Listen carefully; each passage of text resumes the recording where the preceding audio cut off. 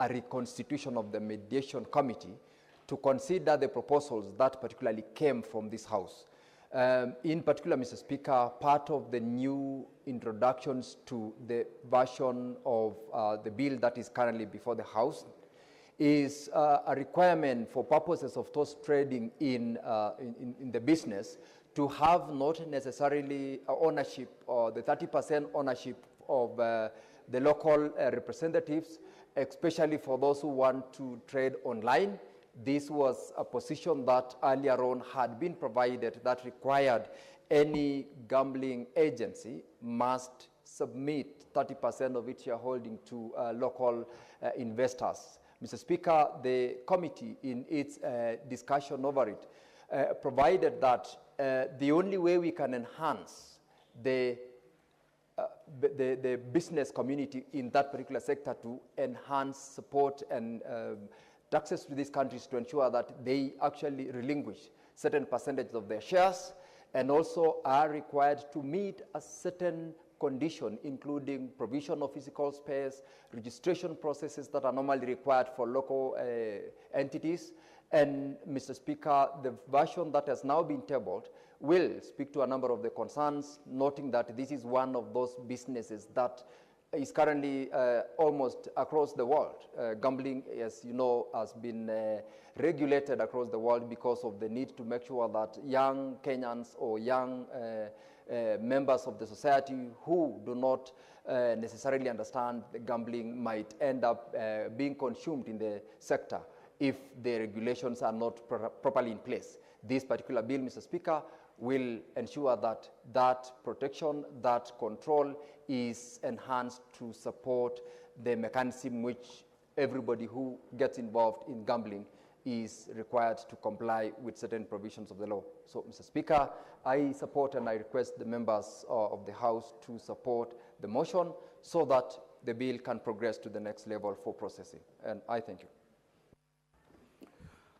Honorable Senators, I will now propose the question that the Senate adopt the report of the Mediation Committee on this Gambling Control Bill, National Assembly Bills number 70 of 2025, laid on the table of the Senate on Wednesday, 16th July 2025, and that pursuant to Article 113.2 of the Constitution and Standing Order 167.3 of the Senate, approve the mediated version of the bill. Now, the floor is open for debate. The Senator Fernandi.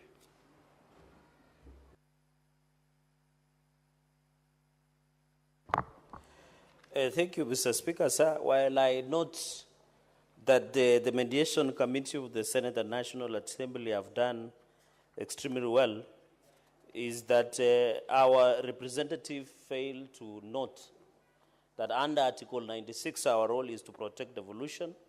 And on the fourth schedule, there is a critical role of Mr. Speaker, of county governments. And one of the critical roles of the county government is issuance of licensing, not only on other things, but also including gambling. While I appreciate there is an amendment that has been proposed by the committee, we should have increased elaborate, because there are so many licenses that we issue. Mr. Speaker, when you visit a number of our local shops somewhere in Narok Town, you will notice the wall is mosaic. Not because it is a design of that shop, but because of the many licenses that we issue. And therefore, I agree, but we should have retained and given powers for the licensing. While I appreciate that they are proposing that county will develop county legislation. So, Speaker, you have to appreciate this country is a country of diverse. When you go where Senator Haji comes from and other counties that are predominantly Islamic, yeah, even, I don't know, Kwale and also Mombasa predominantly. I'm not saying all of it predominantly. That's good English. It's called prospectus, Mr. Speaker, or conceptus, Mr. Speaker. Mr. Speaker, I thought there is only one speaker in the House. Mr. Speaker, therefore, it will be a big challenge. So if you say let counties make their own county legislation, counties that are predominantly Islamic, they might not allow this. So would have proposed in their report, they will not allow this, Mr. Speaker. If they would not, they would have proposed a uniform county legislation for counties to be able to follow on this issue of gambling. Because of different diverse culture, different religion. Mr. Speaker, you have to appreciate that this culture of gambling is killing many families, Mr. Speaker. And gambling is an addiction, Mr. Speaker. It is becoming a problem. Mr. Speaker, Mr. Speaker, while we appreciate we must raise taxes, gambling is a dangerous disease that when it is addictive, it should be treated the way it is being treated, Mr. Speaker. Many people are betting the other day that Chelsea will win, PSG will win, and I'm telling you, there are people who are still recovering from that shock, especially people who did not support Chelsea to win. So, and they have gambled, there is BetXin, there is many betting companies, Mr. Speaker. I'm told even in our villages where we come from, especially where Senator Kalwale comes from, I'm told young men and women are stealing even eggs to go and sell so that they are gambling, Mr. Speaker. When you visit our small centers, there are some Chinese-like machines called lotteries, where, Mr. Speaker, they are taking a lot of our resources, Mr. Speaker. Therefore, I would have expected our committee, we don't want to be a gambling nation, Mr. Speaker. And you know this thing of gambling with life, even when you saw the other day, people are gambling with their lives. They go on the streets, they loot. When it is just a gambling. Mr. Speaker, you saw some of the young people were even sending money for morticians, even during Sabasaba and during the anniversary, Mr. Speaker, of GNC demonstrations. We are a dangerous country, Mr. Speaker. We are teaching the young people bad manners, Mr. Speaker, of gambling. Because we have said, Mr. Speaker, that you can gamble your way to wealth or to power, Mr. Speaker. We should desist, and even I'm happy, Mr. Speaker, some of your guests, including boys and girls from various schools, should that gambling is bad manners. We should not teach our society to gamble. We should not. We know people who have gambled their way to where they are, Mr. Speaker, and we don't want to mention names after you gave us directive or in the ruling that you gave it in a Solomonic manner, Mr. Speaker. So we don't want to teach anybody to be a gambler. The only gambler we should allow is Kenny Rogers' song about gambling, Mr. Speaker. That's the only song we should allow. The Kenny Rogers, Mr. Speaker. No, the standing orders does not allow me to sing, Mr. Speaker, and they are misleading me. Mr. Speaker, you should know when to run and when to stay. Mr. Speaker, so this issue of trade permits, licensed amusement machines, pool table permits, Mr. Speaker, license and supervise of county issuance of trade permits for total setters, Mr. Speaker, these are very interesting English. Mr. Speaker, it reminds me the hearing of the president of Eastern Cape, Judge Celebi Mbenenge, over his claims of sexual harassment, and he's using very powerful English like what the committee have used here, Mr. Speaker. So this issue of I would have expected the committee... Senator Olekina, kindly take your seat. Thank you. For protecting me.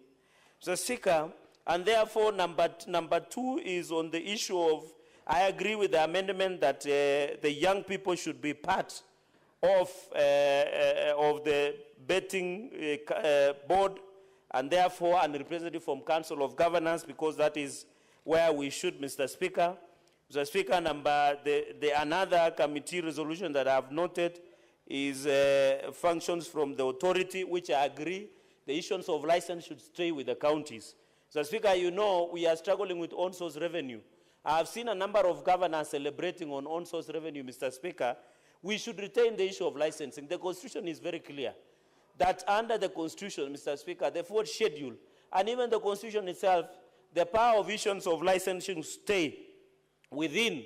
Mr. Speaker, I know KRA is struggling to raise. We are aware, Mr. Speaker, we have a deficit budget of 4.2 trillion shillings. We normally on average raise 2 trillion through Kenya Revenue Authority, Mr. Speaker.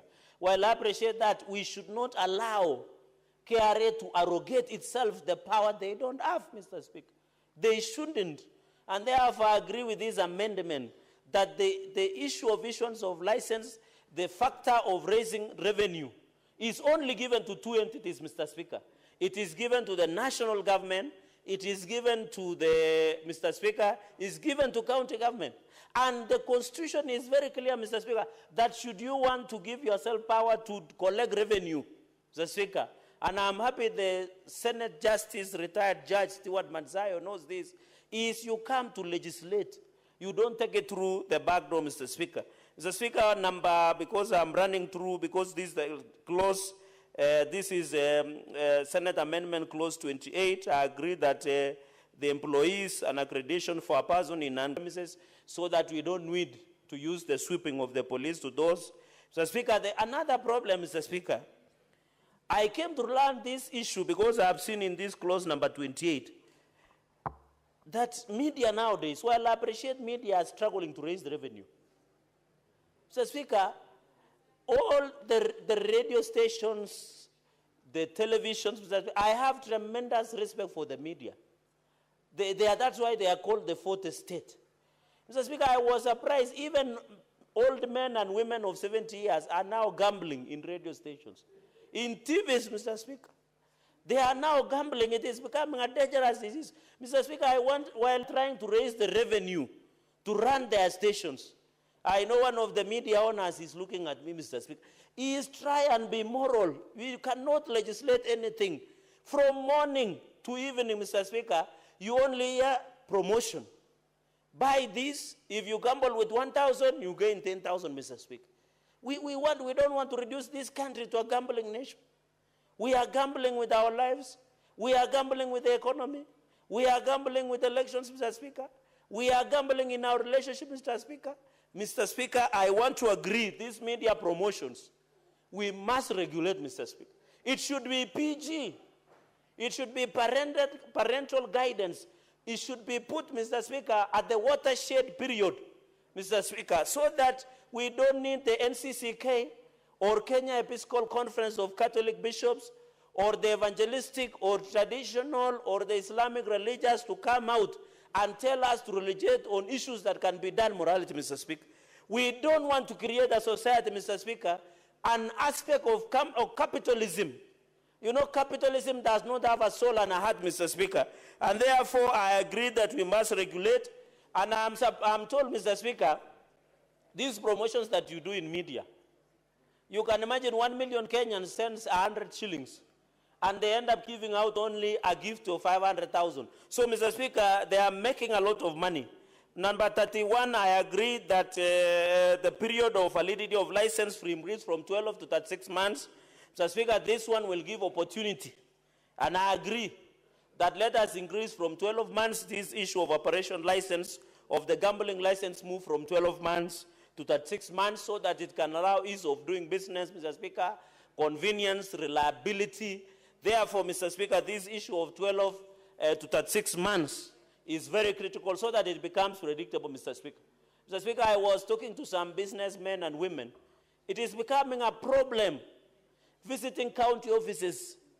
When you go to county offices, you are being told, can you come behind the tent?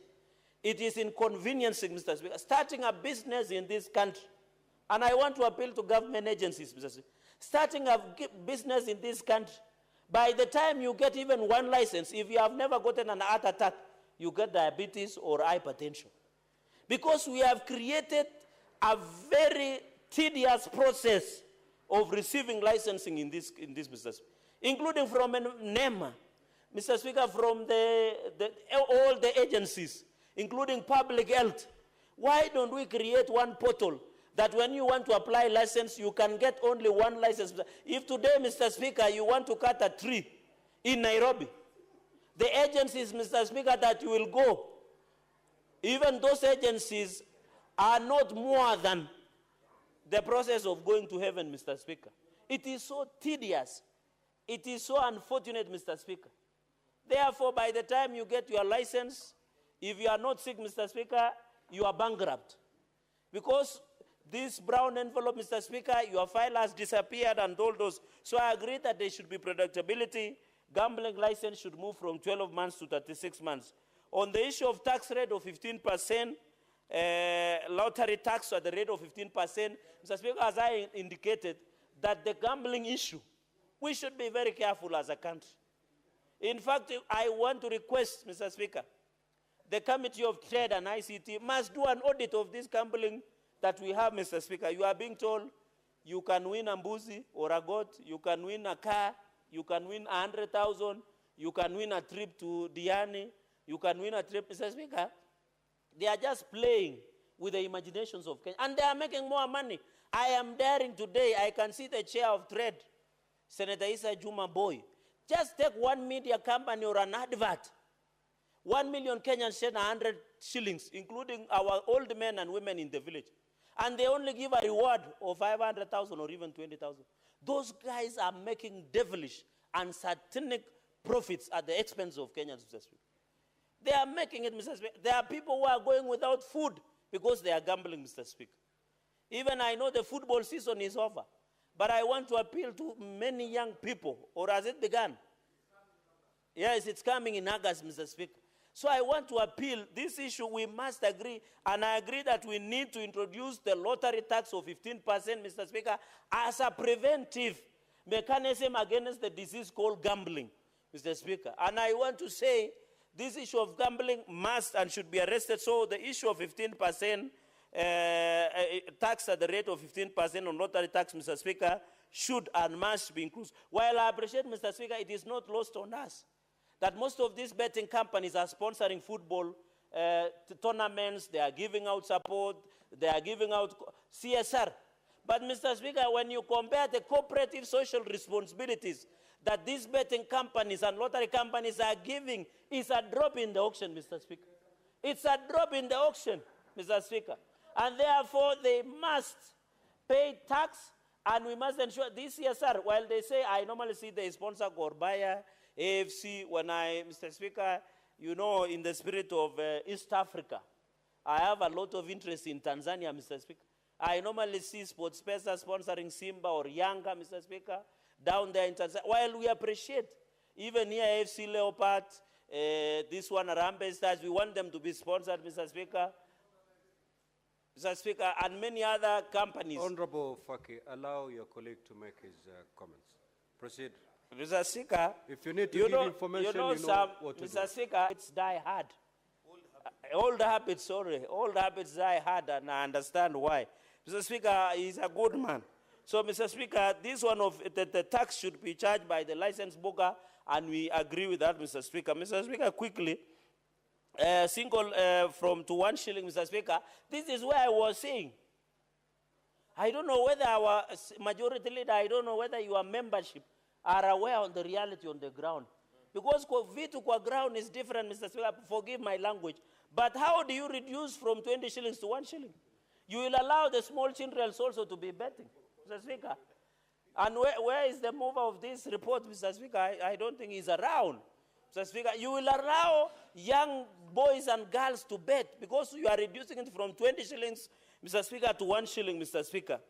That this minimum amount bet, unless, Mr. Speaker, with a lot of tremendous respect, this law reflects to the role of the betting companies, Mr. Speaker. And we must agree, because that the national... Senator Fernande. Yes. The senator for Bomet wishes to give information. Are you amenable? No, if it was about Chebole Road, I would have agreed, but on this one, I'm an expert. Proceed. Allow me, Mr. Speaker, to proceed. No, to reduce the minimum of single bet in a casino from 20 shillings to 1 shilling, Mr. Speaker. Unless you want me to bring a casino, even the small you see in Jebwalungu Center, somewhere in the Bomet, Mr. Speaker, because in the committee report, this is not my report, Mr. Speaker. Mr. Speaker, on the clause number 66, I think when you will be replying, you can clarify. If you think I didn't capture your but we should stop from being gatekeepers of certain interests, Mr. Speaker. I know them.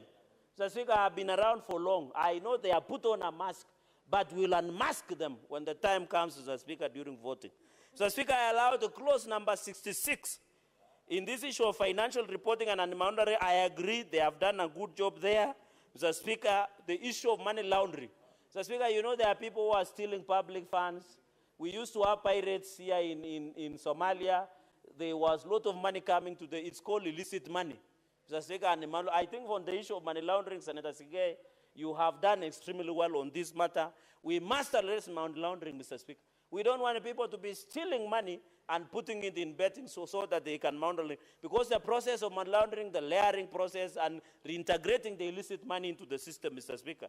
Mr. Speaker, on the issue, because I'm running through quickly, clause number 71, Mr. Speaker, penalty, I disagree, Mr. Speaker, to 50 shillings. I think this one, the mediation of by deleting amount 5 million, therefore 3 million shillings. Mr. Speaker, I thought we had agreed.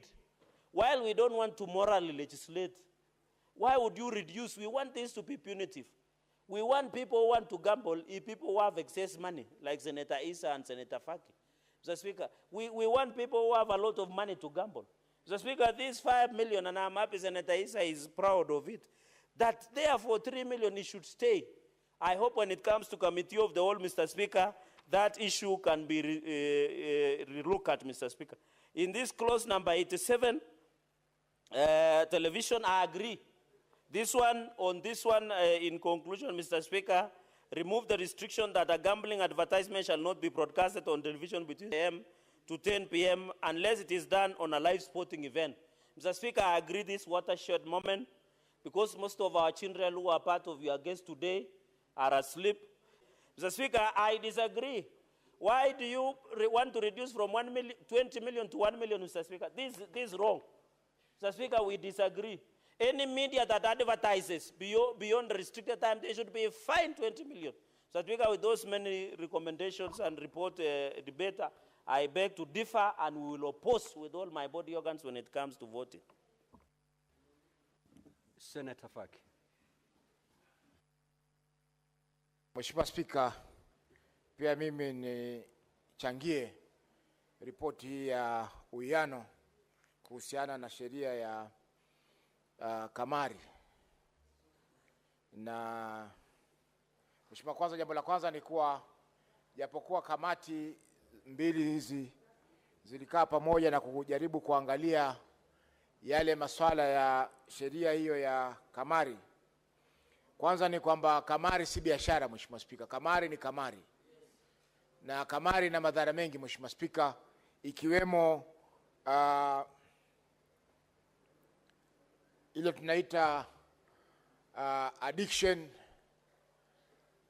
ama uraibu, vile vile pia inasababisha athari za akili, yani mental health. Mheshimiwa Spika, wengi wale ambao wanakwenda katika shughuli hizi wanaathirika kiakili, kwa sababu bila ya kwenda katika mchezo wa kamari, Mheshimiwa Spika, mtu yule anakuwa si mtu wa kawaida. Tatizo niliko nalo na sheria hii, Mheshimiwa Spika, ni kwamba imetoa fursa ya kufanya hata watu wadogo waweze kucheza kamari, kwa sababu ikiwa kiwango cha pesa ambazo unaweza kutumia kwa kamari kimepunguzwa kutoka shilingi 20 mpaka shilingi 1, ina maana kwamba kila mtu anaweza kushiriki katika mchezo wa kamari. Mheshimiwa Spika, shida nyingine ni kwamba katika vituo vyetu vya redio kwa sasa, Mheshimiwa Spika, matangazo mengi ni ya kamari. Kwa kipindi cha muda wa saa moja, Mheshimiwa Spika, katika redio zetu za FM, karibu saa nzima wanatumia kutangaza kamari. Utasikia ukilipa shilingi 100 utapata shilingi 2,000. Ukilipa shilingi 100 utapata 200,000. Kwa hiyo Mheshimiwa Spika, imekuwa ni jambo la kawaida sasa katika nchi yetu kwamba watu wanashiriki katika masuala ya kamari, na hii Mheshimiwa Spika sio jambo zuri, kwa sababu baadhi ya zile athari ambazo nimezitaja hapa, Mheshimiwa Spika, zitaweza kuwasibu Wakenya wengi. Hivyo basi na nchi haitapata watu ambao wanaweza kufanya kazi kuweza kujenga nchi. Mheshimiwa Spika, ningependekeza kwa sheria labda ingefanywa ngumu zaidi ama kali zaidi kuhusiana na wale ambao wanakiuka sheria kuhusiana na masuala ya kamari. Kwa mfano, hizi vituo vya redio ambavyo vinatangaza mara kwa mara masuala ya kamari vingepunguziwa muda ambao wanatakana kutangaza kamari hiyo, Mheshimiwa Spika. Kwa sababu bila ya hivyo ina maana kwamba kila mtu ataingia katika mchezo wa kamari, na hivyo basi itakuwa sio nzuri kwa nchi yetu ya Kenya. Mheshimiwa Spika, kwa hivyo shirika la communication, taasisi ya Communication Authority lazima iwe macho pia zaidi, Mheshimiwa Spika, ili kuhakikisha kwamba zile kamari ambazo zinatangazwa mara kwa mara ambazo zinaathiri watu wetu zinapunguzwa. Mwisho, Mheshimiwa Spika, ni kwamba kwa sababu ya hii kamari ambayo iko katika vyombo vya habari na kila mahali, ma TV, hata zile kasino ambazo zamani ndio ilikuwa ni sehemu za kamari, hivi sasa zimeweza kufifia. Biashara nyingi za kasino, Mheshimiwa Spika, zinaweza kufungwa kwa sababu wengi wanashiriki katika kamari ambayo iko katika mitandao, yani online. Hivyo basi biashara zile taasisi ama zile sehemu ambazo kamari ilikuwa ikichezwa zamani imebadilika, sasa imekuwa hata majumbani watu wanacheza kamari. Bibi na bwana wanashiriki katika kamari, kila mmoja akijaribu kushabikia timu yake ya mpira ama kushabikia jambo fulani ambalo iwapo watashinda itakuwa ni wameweza kupesa ambazo wamewekeza katika kamari hiyo. Mheshimiwa Spika, kwa hayo mengi napinga mswada huu.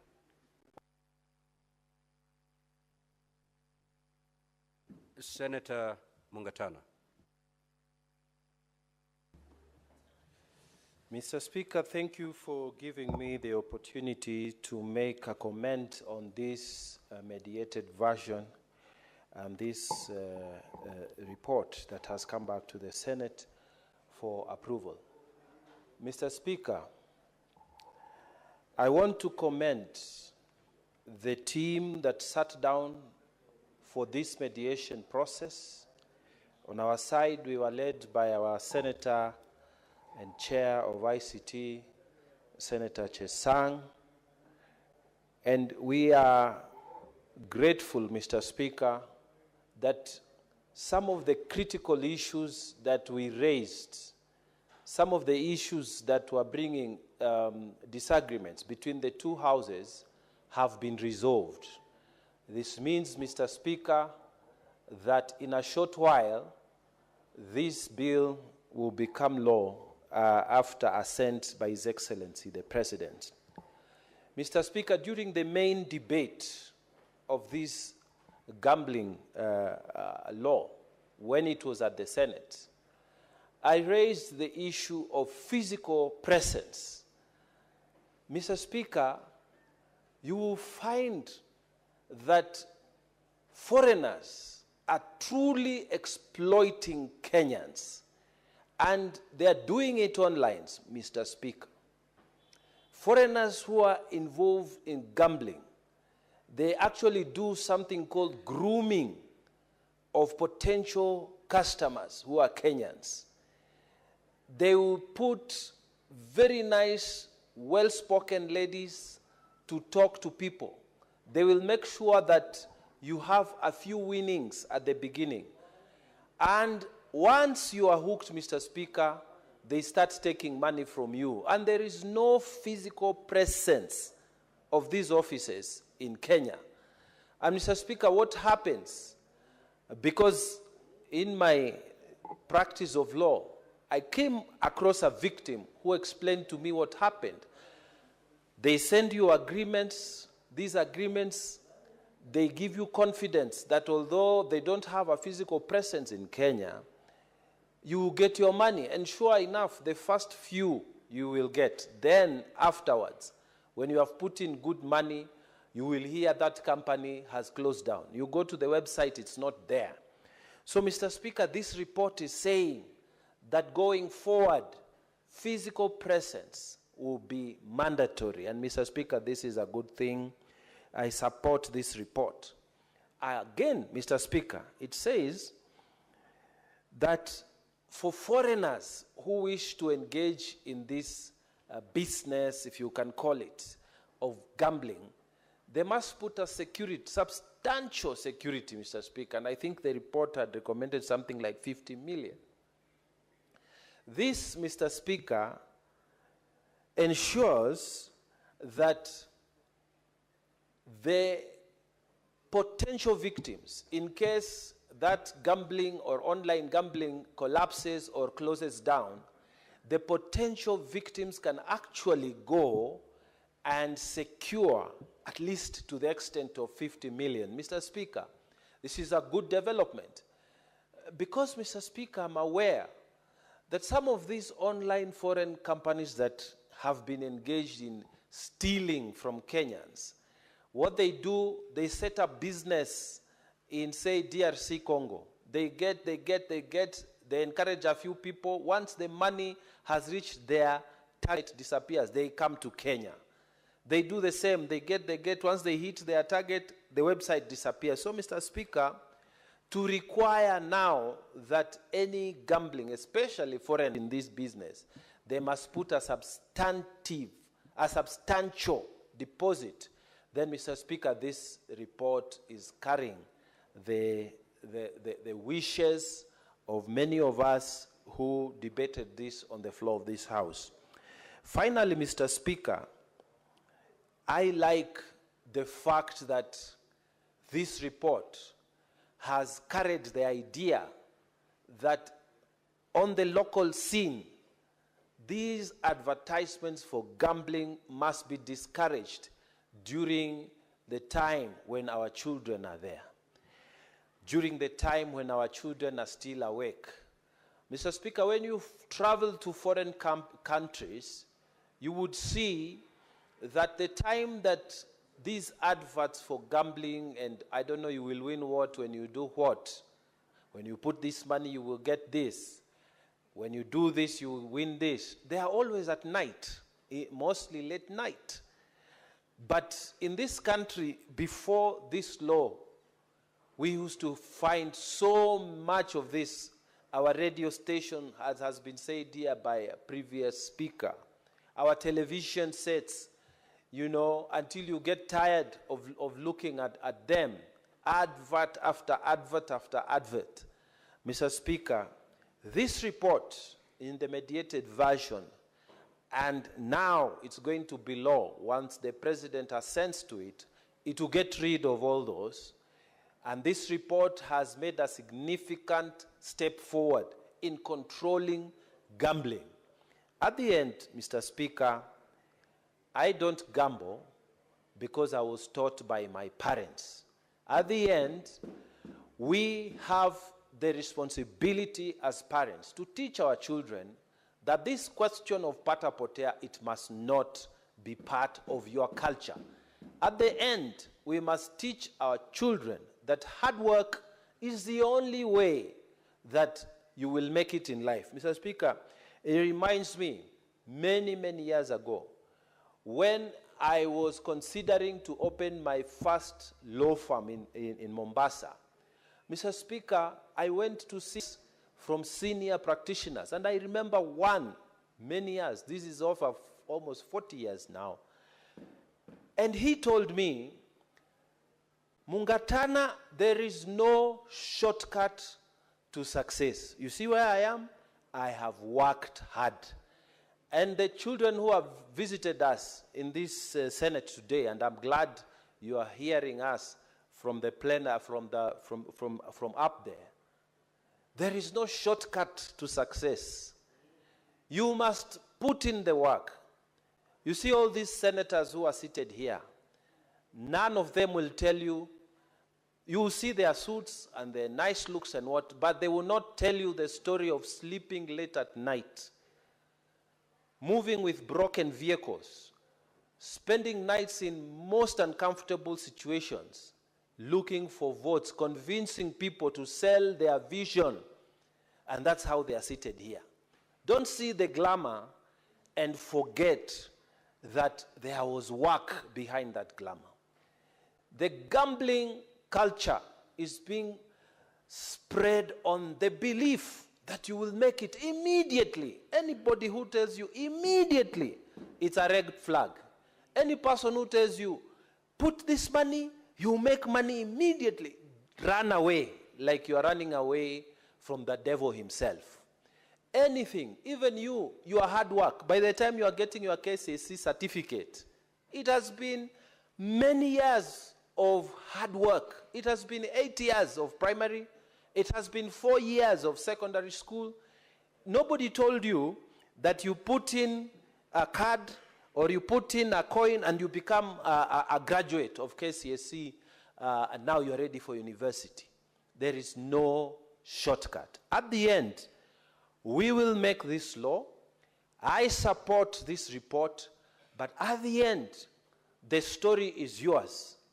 The story is with your family. The story is your mother and father or your guardian. You must not gamble. Go and work. Go and work hard, and you will be successful to the extent that you imagine you will be in life. Mr. Speaker, with those many remarks, I wish to support the mediated version of this report and confidently ask the President to assent to it so that we can start regulating this gambling business. Let's not go back and forth on this matter. Let us have a law, and if this law is not good enough, the Senate does not stop operating. It will amend any section that is not good for the sake of good order in this country. Mr. Speaker, I support. Thank you. Senator Olekina.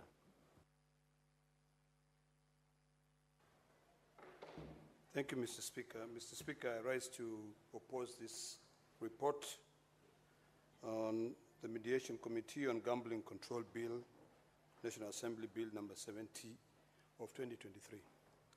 And I do so cognizant of the fact that we are living in a current environment where 90% of our youth are jobless, where we have protests on a daily basis, we have issues, social issues, mental issues, economic issues that we've not been able to address, that we are now seeking an escape route to live in an utopian world of get rich fast. Mr. Speaker, I was speaking to one of our colleagues here, and she said that one of our pastors in her village in Machakos collected all the offerings in the church, but instead of using it to solve social issues or to do God's work, he ended up gambling.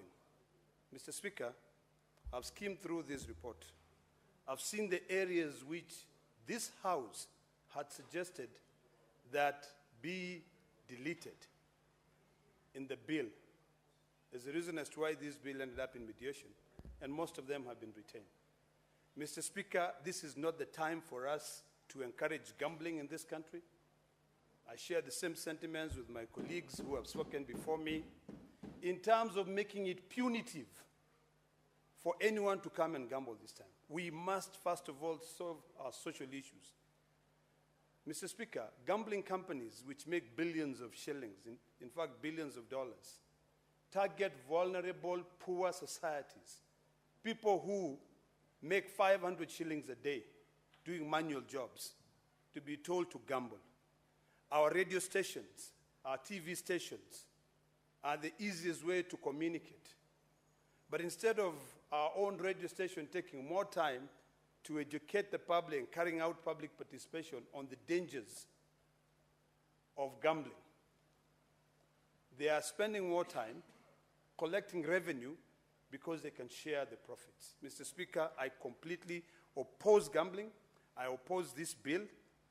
And if my colleagues, if I was to convince you from both sides of the aisle, I would request that we rethink gambling in this country.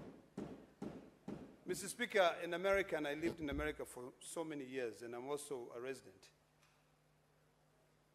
when you go to certain states, gambling is restricted to a particular area where only the rich would be able to drive. In Colorado, Mr. Speaker, you'll find that gambling would go into the Native American reservation, where there's a city which is set aside just for gambling. So it's the rich who will go there. People who have made money until they have, I cannot use that word, but they have money which they can only just use it as they wish. Disposable, not even disposable. There's a word I wanted to use which is not parliamentary, but I cannot use. It's money that you don't really care about.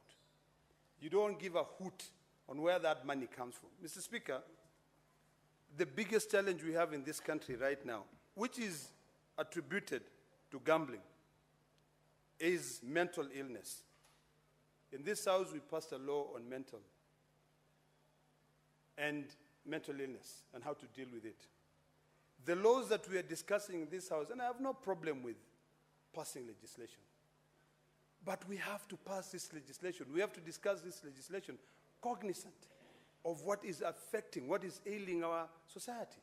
Right now, there are so many poor people, and the only thing they know how to do is to gamble for them to make money. There are people who will make 1,000 shillings maybe in a week because there are no jobs available.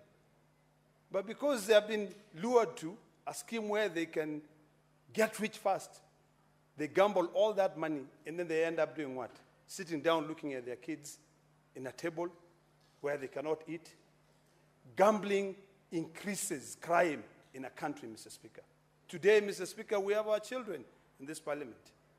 They are looking at us.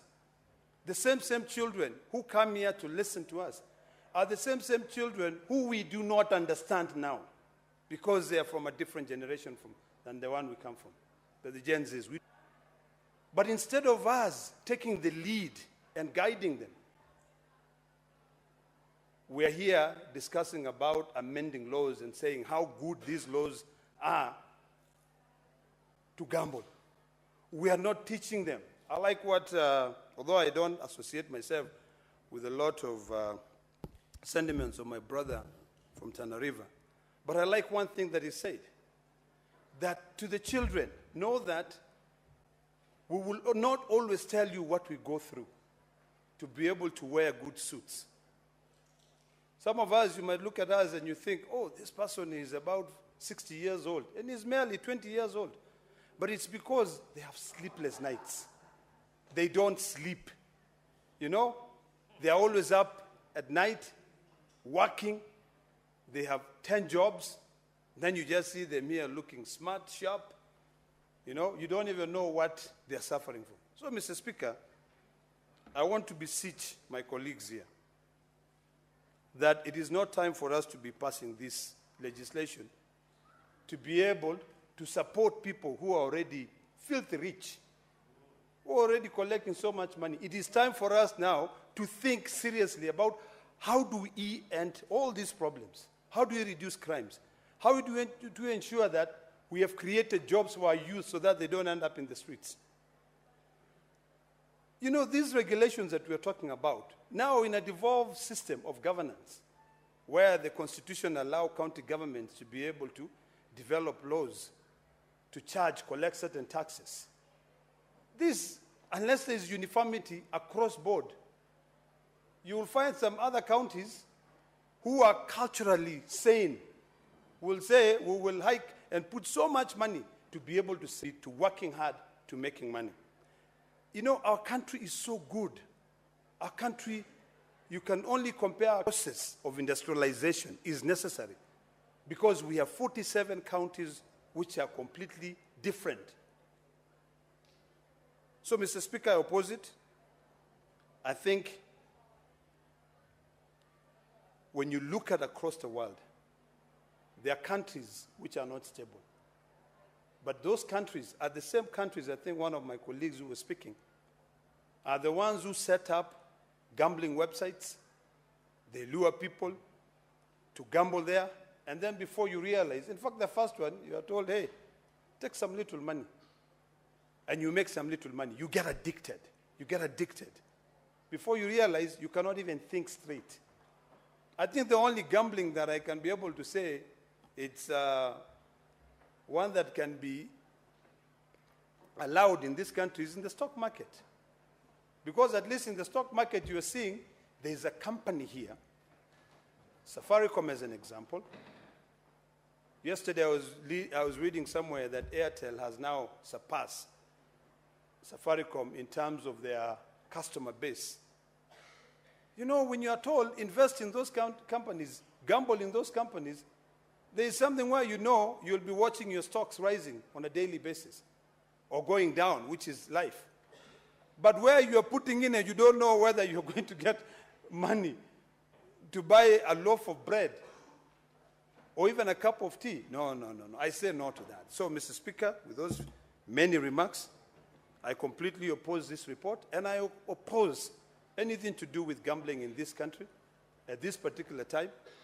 I think in the next 10 years, once we've been able to fix our current problems of understanding each generation, is when I'll be able to entertain anything to do with gambling. So, Mr. Speaker, sir, I oppose. The Senate Majority Leader.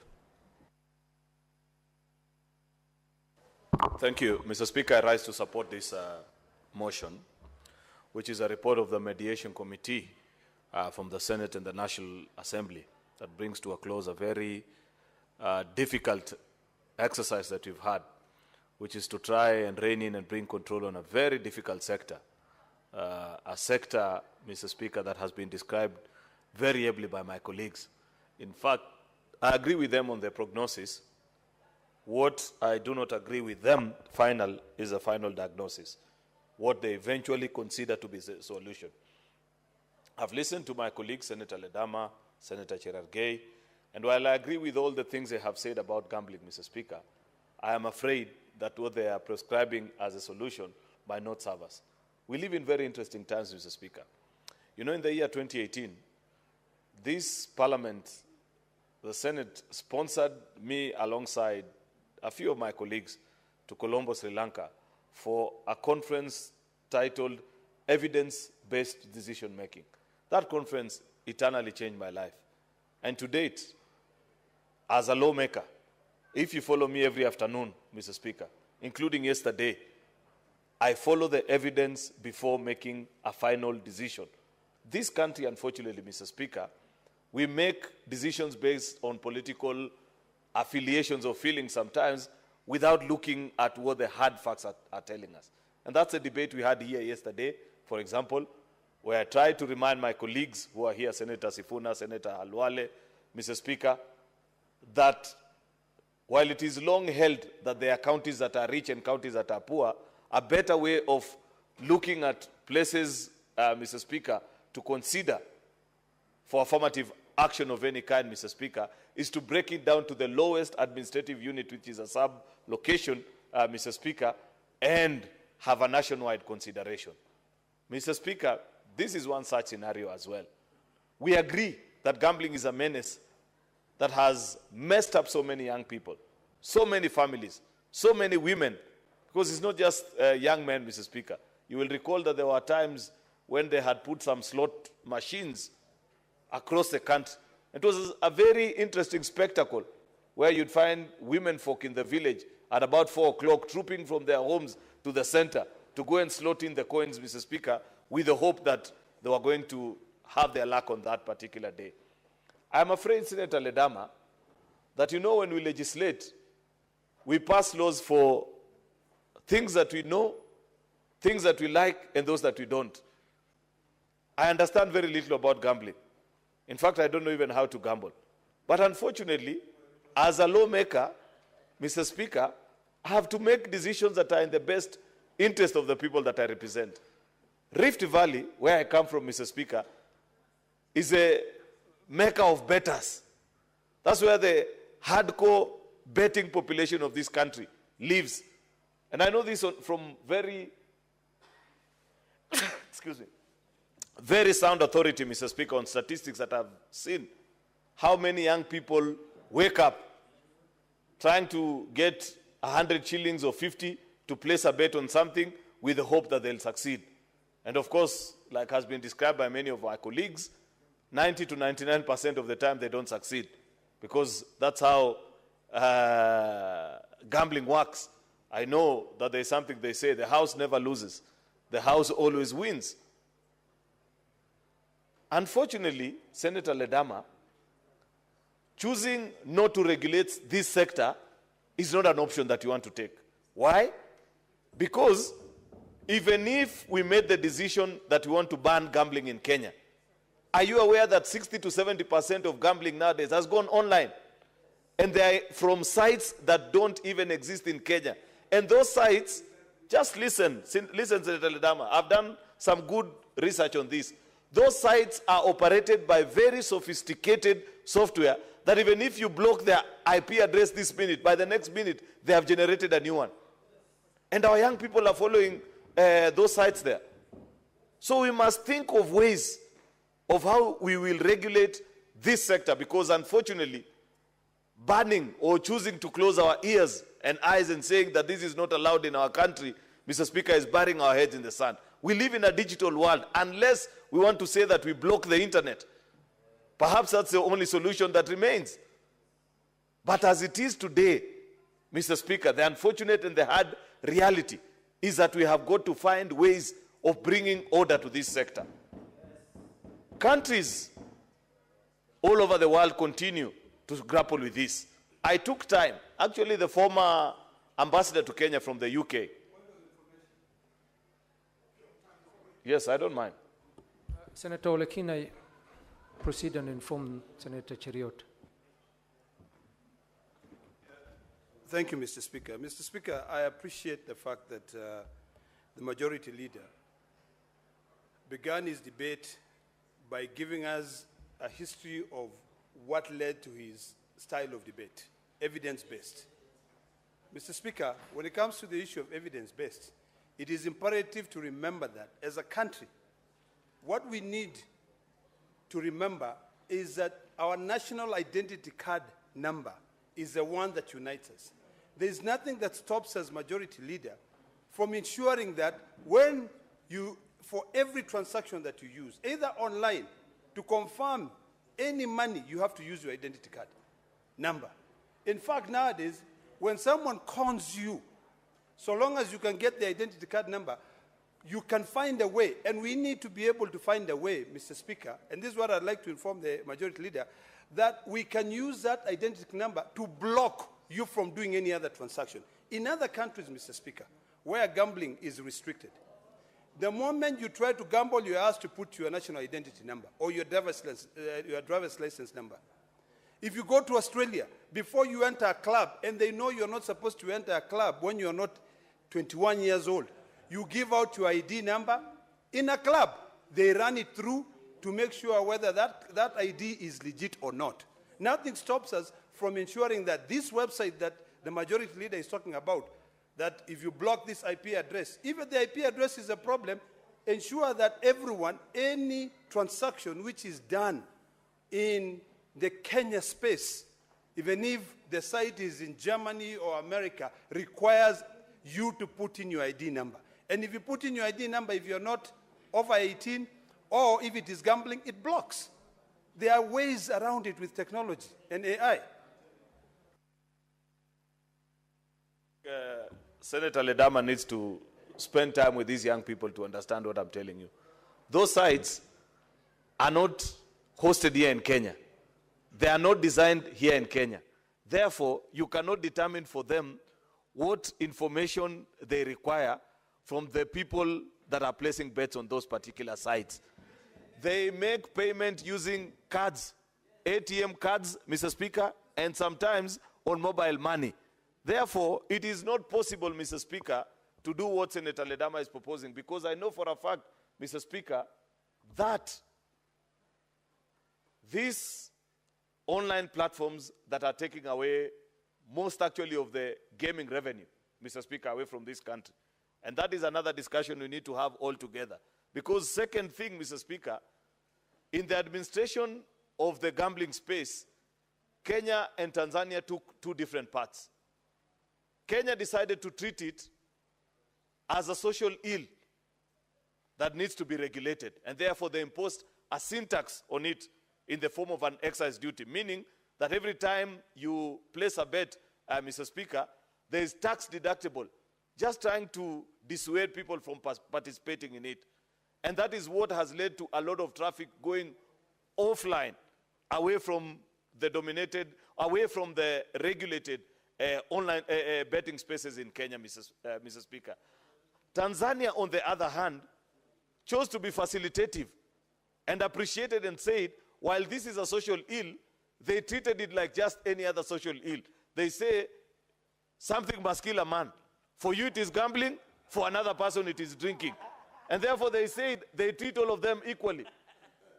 And as we speak today, the level of business that operated in Kenya has gone down, while in that particular part of the country, it has increased. That is point number 2. Mr. Speaker, I do not think that Kenya made the wrong decision. I believe years down the line, Tanzania will regret that particular decision. And therefore, on that one, I agree that as a country, we must find ways of inhibiting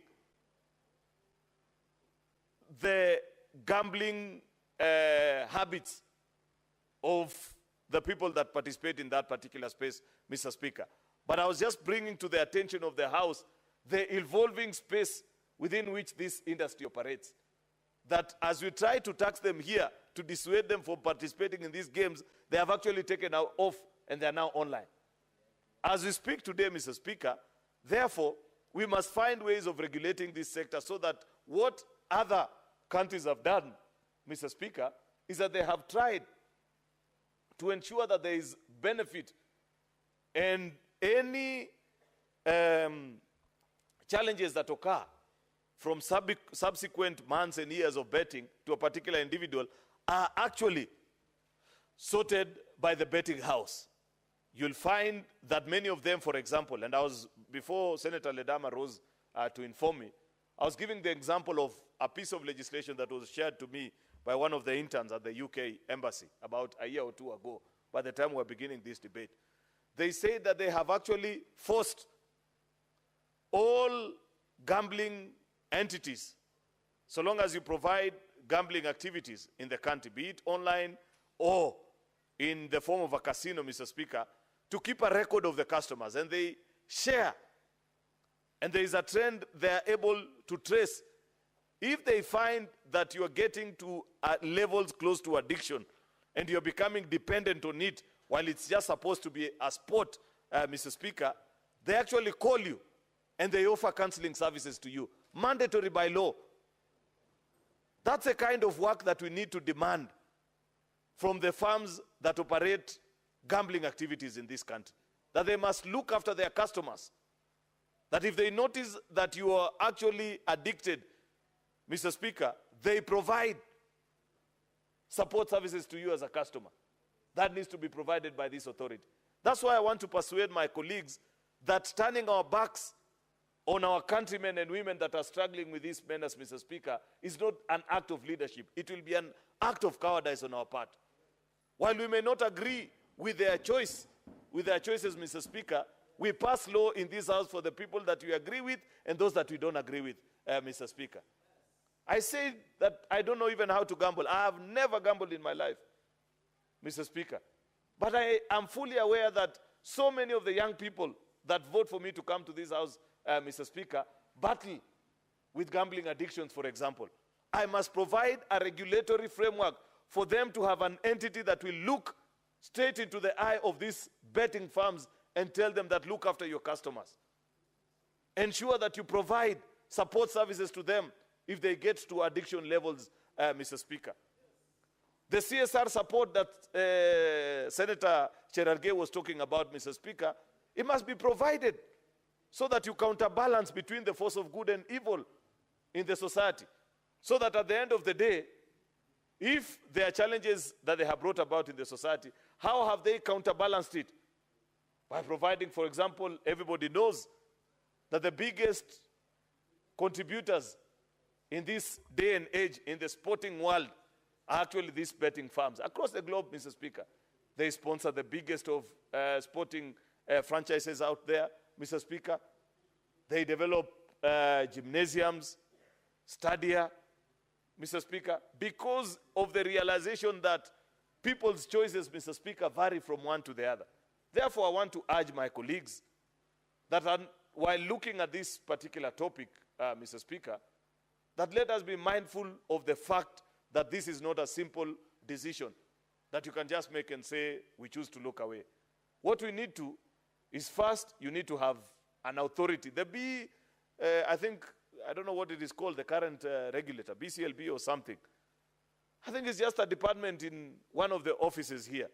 You need an authority that has representation from almost all spheres of society, Mr. Speaker, including even religious institutions. Those who will have the courage to sit in that particular board, Mr. Speaker, so that when you set the tough conditions, Mr. Speaker, the firms live by the rules, they play by the rules, and we protect many citizens that continue to battle and struggle in this particular space.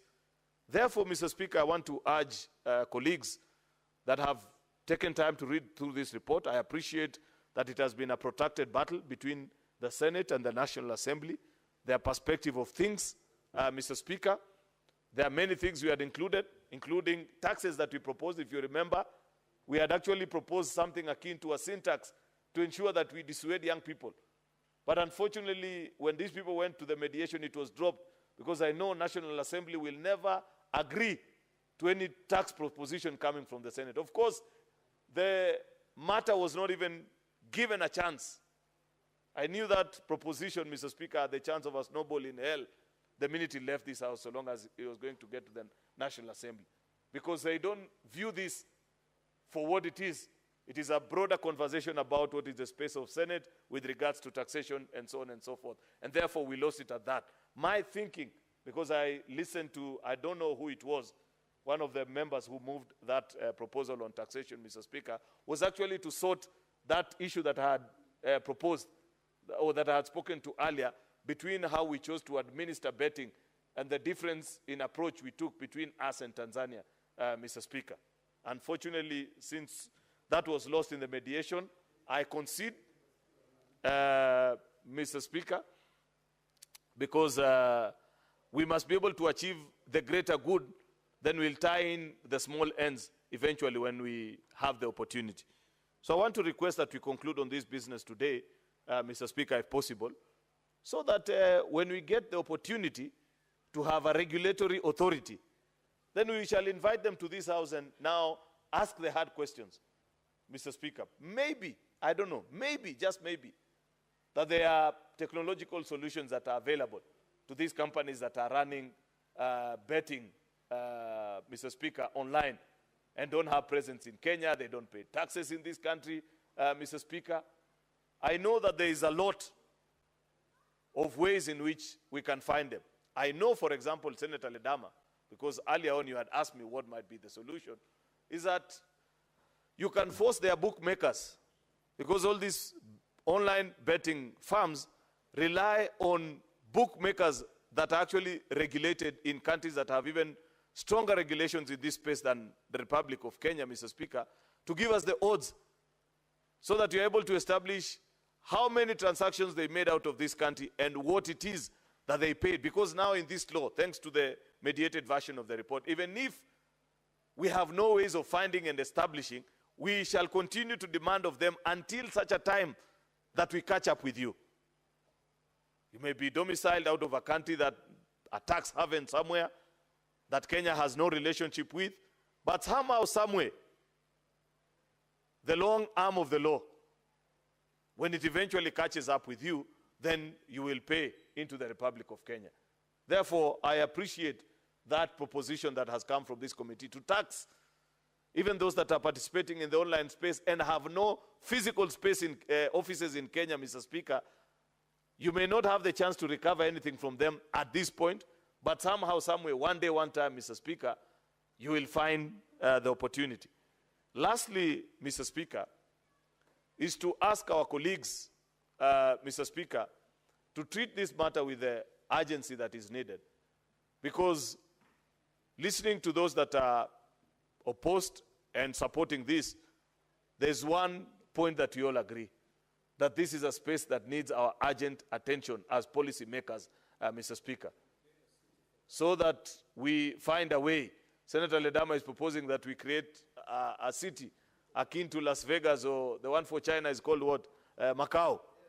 But that will only work for those that operate on casinos, Mr. Speaker. What about those that participate on these in the online space? What will you do to them?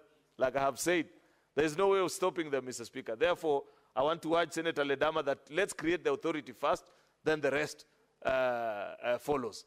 With those many remarks, Mr. Speaker, I beg to support and thank the colleagues that did a lot of work in bringing this report before the House. I thank you. Thank you, Majority Leader. And it is good that you declared you've never participated in gambling. But I'm just wondering, is sending fair gamble?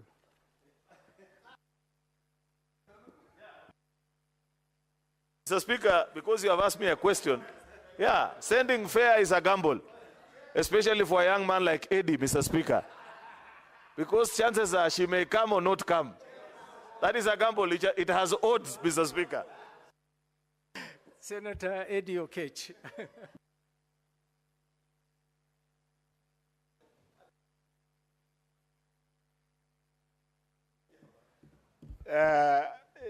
Mr. Speaker, I want to thank you so much for giving me this opportunity. You know, Mr. Speaker, for the first time I've seen a situation whereby you invite Senator Cherio to give a comment on what the Speaker has said without ruling. And, Mr. Speaker, this issue of fare, I'm looking at the eye of the majority. It looks very annoyed when you raise the issue of fare, although he's smiling, but he's burning in the inside. It seems like his fare, he has gambled a lot with this fare to the extent that he wants, but on a more serious note, Mr. Speaker, let me just share a few ideas or thoughts on this gambling thing. And actually, Mr. Speaker, right from the start, I want to say that this is something I seriously oppose. And I totally oppose it for a variety of reasons.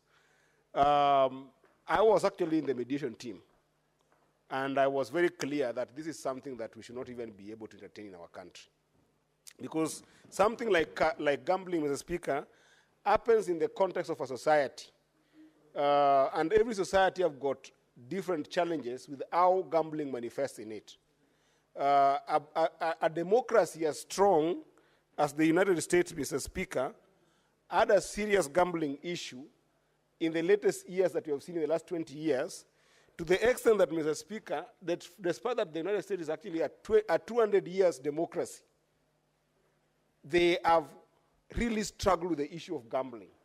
Because there are a number of vices that come with gambling that, Mr. Speaker, cannot be commensurate with the benefit that you come with whatsoever.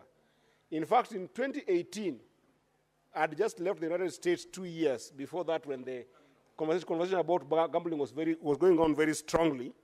And Mr. Speaker, in 2018, there was a Supreme Court decision that declared sports gambling in what we call Murphy versus the National Collegiate Athletics Association unconstitutional, to the extent that this was a case that was looking at sports gambling and the vices that was being among young people in the United States.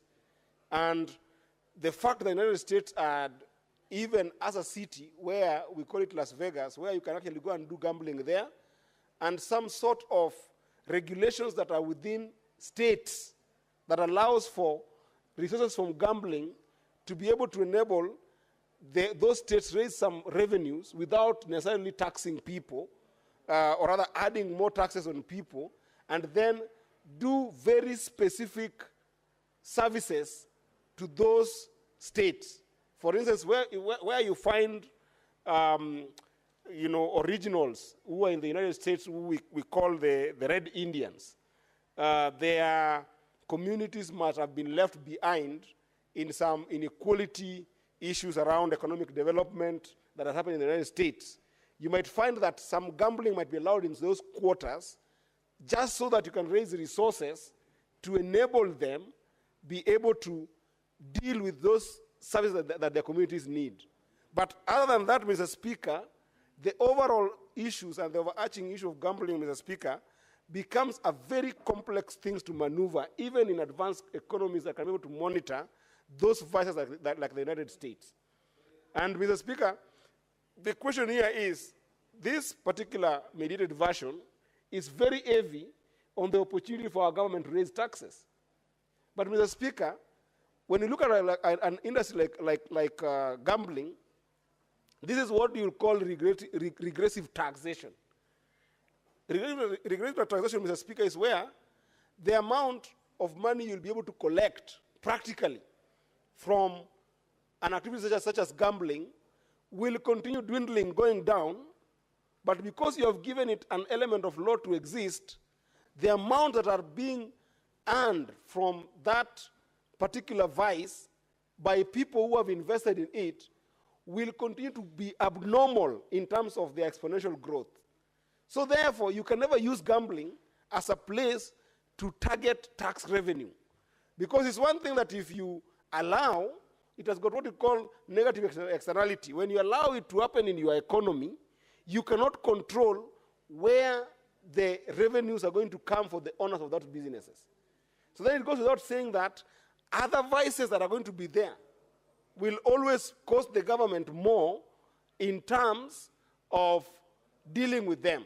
Mr. Speaker, for instance, if you allow gambling and you're making, for instance, you're making, let's say, 4 billion for purpose of conversation in terms of taxation, and then you go an industry that goes to about 800 billion Kenya shillings, and you're only taxing 4 billion because it's regressive. And then, while you're doing that, you find a society where young people are not employed, young people don't have technical ability to go to school because they are adapted in what we call compulsive gambling. Compulsive gambling is where other behaviors have developed in your entire population, where kids from secondary schools and primary schools start gambling behind the scenes in the black market. You don't have control because they can be able to afford mobile phones. You don't have control of their behavior. They start gambling. And then this is starting to impact their education, starting to impact their concentration in school, starting to impact their behavior in terms of even starting to steal from their parents to go and gamble. What about a society where the poorest people, who are not even in the middle class, are not going to start focusing on their work, but instead spending more time gambling? You see, this will have a ripple effect in the society when you look at their total productivity factor. Mr. Speaker, you yourself in your office employ a number of young people who have just come from college. If they get captured in gambling, and then after they have been captured in gambling, they don't pay attention to the work you have given them to do. What is the impact in their productivity to what they're supposed to do for you as a Speaker of the Senate? What will end up happening is that you will have this big impact, and that's what we call it compulsive gambling, in the sense that the negative effect in the society is so big that even if you are to collect a lot of taxes from it nominally, not in absolute terms, because in absolute terms, the money that's going to gambling is always going to be humongous. It's always going to be exponential compared to the money that you end up getting into the taxes. Now, why do we collect taxes, Mr. Speaker? We collect taxes so that you can be able to, as a government, provide services to our people. Now you're in a situation whereby, Mr. Speaker, you are competing between the money to give roads, the money to provide water, the money to provide affordable housing, the money to provide SHA, and then you now have this population of young people who have developed other vices, including mental disorder in the society, Mr. Speaker, that now as a government you must spend on. That's why we call it both a regressive tax. You're going to collect a relatively small amount of money compared to what is in that industry. And then secondly, you're going to have compulsive problems where you have, as a government, to spend in those problems. You will have to spend on the population that is not productive. You'll have to spend in the population that is having mental disorder. You'll have to spend in the population that is facing problems of selling their assets and becoming poorer. So you're getting tax that is regressive. It will never help you. Gambling cannot be a place where a government wants to go and face and start looking for taxation as a revenue. It doesn't work like that. In fact, if we had got stronger counties, Mr. Speaker, then this gambling thing could have been left for county legislations, where counties see it possible that we are going to have this particular form of gambling or level of gambling to provide a certain service for on-source revenue, not even as a substantive tax, but for on-source revenue, like what is happening in the US, where states, especially those who have got red Indians who are struggling, are allowed to collect some form of revenue from very limited and very restricted gambling activities, and in very restricted areas like Las Vegas, then you help the society, Mr. Speaker. Why are we as legislators seeing this bill passing right in front of us and we let it go when this is something that will have a ripple effect? Mr. Speaker, you will see the level of growth of gambling companies when you pass this bill. Everybody, including politicians here, Mr. Speaker, which is one of the biggest problems that the United States is facing, China is facing, bigger countries are facing, of political crime, where politicians are going to enhance corruption. It's going to work the same way we are seeing sometimes some mushrooming petrol stations, where even in neighborhoods where they've got residential tickets, people opening up petrol stations as a way of sometimes hiding some funds. That's an easier problem, Mr. Speaker. A bigger problem is being able to allow for this bill to pass and make it even easier for people to have gambling licenses, Mr. Speaker. Because there is no way to monitor a gambling activity apart from just the revenue metrics, which is what we are putting here, to be able to look at what revenue has come in and what can we be able to get from that revenue. Mr. Speaker, this will be a conduit, a place for the political class to even hide money, a place for money launderers to hide money, a place for criminals to hide money. Surely, the Senate of the Republic of Kenya, Mr. Speaker, that has been seen for the last 3 years when the country has faced tempestuous moments, when the country has faced a lot of challenges, we have seen as the house that brings back sobriety in this country. When Senator Cherargei gets up to speak on matters of national importance, matters that concern the nation, Mr. Speaker, the country listens. The country trusts the Senate. The country trusts the Senate above the National Assembly. The country trusts the Senate above even the executive, above the county assemblies, above the Council of Governors when it comes to issues of national significance, Mr. Speaker. I know for a fact of women who have faced a lot of problems, Mr. Speaker. Senator Mogeni, what is your point of order?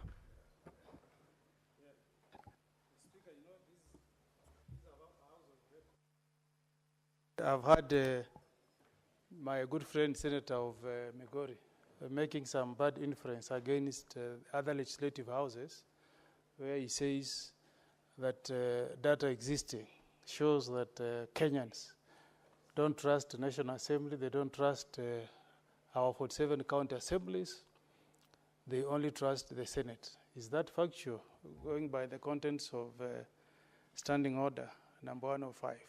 We should not say things we cannot back by data.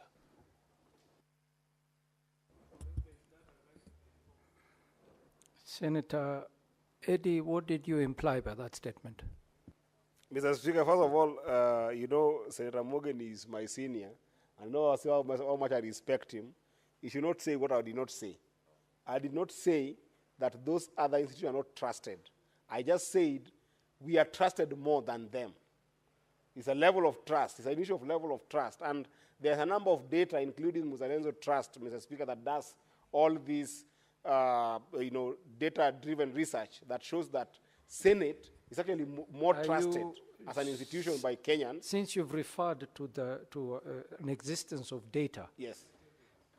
According to Senator Mogeni's point of order, yes. Are you able to substantiate by tabling those data so that Mr. Speaker, if you give me time, I'll bring you the Muzalenzo data and show you just how much Senate is trusted across board in the country in terms of making sober decisions. And actually, I was calling to the conscience of my, because I know I might get a time to speak, and perhaps I need to bring him up. He just got in. I need to bring him back that we are discussing the gambling bill. And I wanted to tell him that as my senior, I was trying to appeal to his consciousness that this bill very well, Senator Eddie, you will substantiate by the next sitting. Say, sure, I will do that. But I wanted to appeal to him as one of the senators that this bill around gambling, and especially predicated upon the idea that we are going to make some significant tax revenue from gambling, is indeed a bad bill, in the sense that you cannot predicate the idea of getting tax revenue from gambling when exponentially people will make more money than the taxes that you're getting, but the impact of the vices that you will have in the society. I was giving the senator example that in my own community in Migori, there are a number of cases that have come to me of people going through depression. There are a number of cases that we have seen of people committing suicide after losing their basic assets, as simple asset as women selling goats to go gamble with, as simple asset as young people selling their motorbikes that they have saved over and over time, over 3 years, to purchase a motorbike, then they sell it to go and gamble with it, and then they end up losing everything that they had. The impact is so big that if it's not only for mental health disorders or in places whereby we have got suicidal cases where people have killed themselves actually because of this gambling problem, it also even furthers crime, Mr. Speaker. Because in a situation whereby a young person or even any other member of the society has lost their assets, have lost in this gambling, and even in some cases they have lost their jobs because of this gambling problem, what happens where somebody has got the mental stamina not to commit suicide?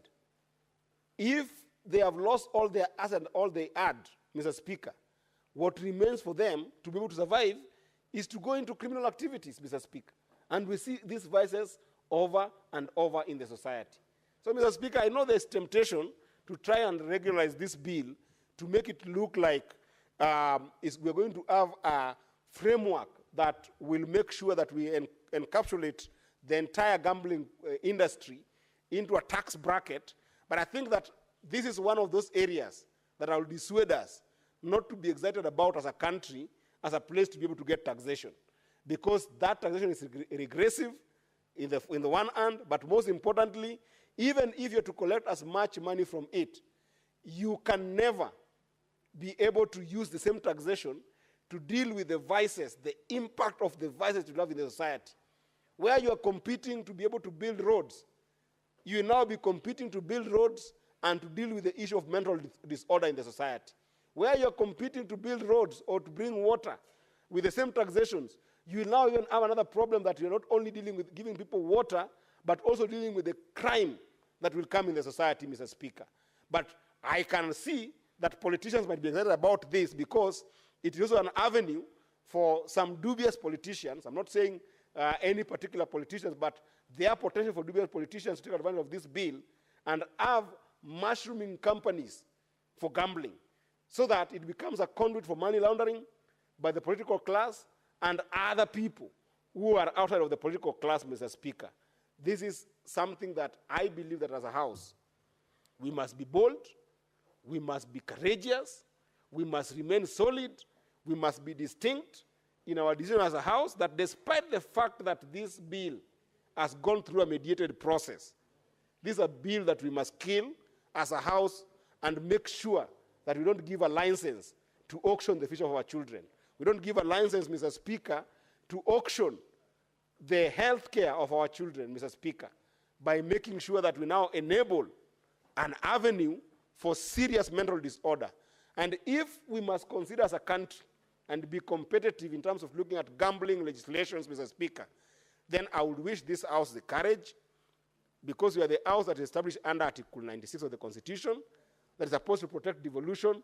Let us then enhance the legislative capability of our counties to be able to handle things like gambling bills, so that it is customized that we only make sure that we don't touch into the unconstitutionality of gambling allowance into the country. But with regards to giving certification and legislation to operate and regulations, Mr. Speaker, why can't we, as a House, pass a bill that will enable counties to be able to determine this as an area for raising resources for specific services? Not all services, Mr. Speaker. Not even as a place for on-source revenue that goes into the basket of taxation in the counties. Because that would be also be tantamount to double taxation, Mr. Speaker. I would wish that we just come up with a legislation that allows counties to be able to look for those specific gambling activities in those counties and specific areas of gambling in those counties and specific taxation that is county level oriented, and it goes to specific services, after which you don't take it to the entire CRF of the county to deal with the entire on-source revenue issue. But as a national law, Mr. Speaker, I can assure you, having looked at the impact of gambling in countries that have made strides, countries that have got both the fortitude, not just the mental fortitude, but social fortitude to be able to deal with the vices of gambling, like the United States, like the countries in Europe, like in China, Mr. Speaker. Having looked at the infrastructure that they've put in place to ensure that gambling doesn't collapse their countries, Mr. Speaker, we cannot afford to see this bill pass this House. And Mr. Speaker, I will work very hard, and I know there are some senators here who are very, very, very solid in terms of championing for, being able to whip people around. We will work very hard to make sure that, even I'm seeing Senator Sigais in the House, we will work together to make sure that we mobilize ourselves against this bill, that this House will not allow it to pass in this House, so that we make sure that gambling as a vice does not percolate in our society. Otherwise, Mr. Speaker, you will start seeing with, these Gen Zs that we are now seeing not having employment opportunities, Mr. Speaker, they will find themselves that gambling is the only option that they must go to, and they're going into that gambling without money in it. They don't have the money. They'll start borrowing from Peter and Tom and John to go and gamble with that money, and then more frustration will come where they have failed. Because the truth also is, out of the people who gamble, Mr. Speaker, not 2% of people who enter any bid end up winning that bid that they have entered, Mr. Speaker. So it means that when you have got a sort of young people who don't have employment, a sort of young people who don't have economic opportunities, a sort of young people who don't have opportunity for income generation, you leave them into trouble, Mr. Speaker, by allowing them to have alternative as only gambling, Mr. Speaker. I strongly oppose this bill, and I hope that my fellow colleagues will join me in making sure that it doesn't pass this House. I thank you, Mr. Speaker. Thank you, Senator Eddy. Senator Crystal Asige, and I do apologize for the fault on your consul. You were not able to see your name. Thank you very much, Speaker. I appreciate that, and for the opportunity to speak briefly on the mediated version of the Gambling Control Bill. Speaker, first of all, this bill came through our committee, where I sit as the Vice Chair, which is the Labour Committee. And when we were considering this bill before it even went to mediation, Speaker, I, as a member of that committee, opposed a lot of the provisions that are in this bill. And also because the spirit of gambling, for me, Speaker, is not really a legislative endeavor. It, I feel, needs to be thought about more in a philosophical way. Speaker, across the world, you will see that, even this title, I find it to be a bit of a juxtaposed kind of a title, because it says gambling control. I don't believe that you can control gambling. And the world over, Speaker, you will see that there are countries who have either allowed gambling to happen or have completely refused for it to happen in their economies. But those who have tried a middle ground, like we are trying right now, have not been able to control gambling, as it implies in this title of the bill. Speaker, I think that we need to remember that prevention is better than cure. And a lot of the time, I have seen in this House, as well as our twin House in the National Assembly, look at problems in our society as something that can be legislated in black and white. But unfortunately, there are a lot of gray areas when it comes to gambling. I like what the previous speaker has said, which is that gambling follows vices. And I believe, Speaker, that that is the case for us here in Kenya. Because if you look at any reports or any pieces of data or research, which I have because I have interacted with this bill before in our committee, you will see that gambling follows quite specific vices in this country. Gambling is always targeted to vices such as abuse of alcohol and drugs. Gambling will target those who have vices around addiction of some kind. Of course, sports, Speaker. It also follows vices such as pornography, which nobody has spoken about here, or I haven't heard anyone speaking about the same. This is what gambling companies will always target, especially those who are online. They will target people who are into entertainment or sports. They will target those who are into drugs and alcohol. They will target those with any kind of addiction. Mental health as well has been spoken about here. And they will target those who watch and enjoy porn. Mr. Speaker, there are reports as well that we saw when we were looking into this bill in our Labour Committee, which show that in Kenya, some of the highest usage of the internet lie in those very topics I have just mentioned. It's the top 10. In the top 10 are entertainment, sports, shopping, but in the top 3 is pornography. And Mr. Speaker, if we don't address these issues, the vices themselves, then we will never be able to control gambling. That is my fear, Speaker. And recently, in the last few months in this House, as I said, we keep legislating things that are the symptoms and not the actual core root of an issue. Recently, Speaker, we were trying to legislate around fundraising in churches and the like. And there are members in this House who actually said and opposed that bill because they said, how can you tax or try to regulate fundraising without looking at the reason why Kenyans feel like fundraising is their only hope to get through their problems? When somebody fundraises for a sick relative, we must not regulate the fundraising. We must ask, why does this person feel like the health system has failed them? When somebody is trying to fundraise, for example, for education or taking someone to university, you must not regulate that, but you must ask, why is this person feeling that the education system has failed them, and that's why they have to look into their family and friends and community to raise funds for education? Same principle for me, Speaker, lies here.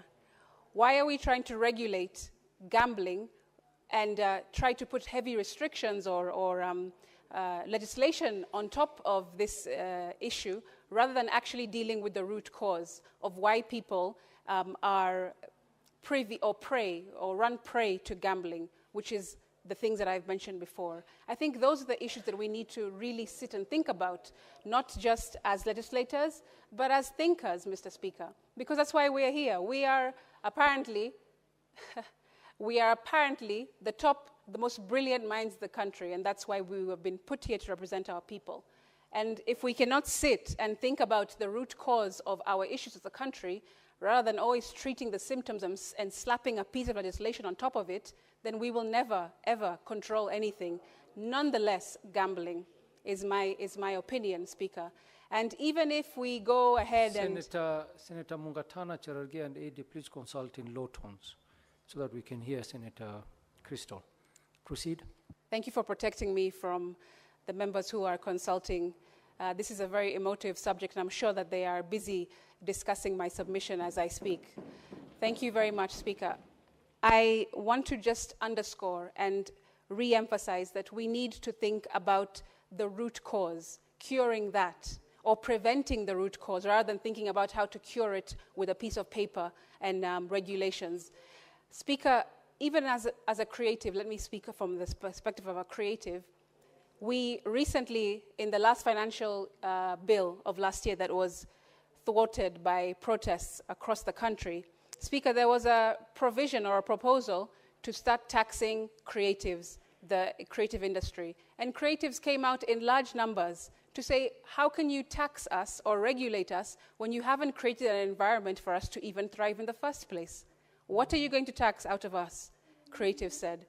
And Speaker, that same idea, I will take it not literally, but there are similarities from that to this, which is, why would you want to tax a base of people who clearly are showing symptoms of issues that we have not solved as society. Rather than solving them, we are punishing them for being unemployed, for being addicted to alcohol or drugs or pornography, whatever the case might be, when we haven't actually sat down as thinkers and the most brilliant minds in the country and looked at the research and actually engaged with evidence-based legislation to then realize that, hey, this may not be the actual, or it may not be a sustainable solution to just write a piece of legislation. We need to actually go down to the base, to the core, to the bottom line, which is why are our people feeling the need to continue to gamble their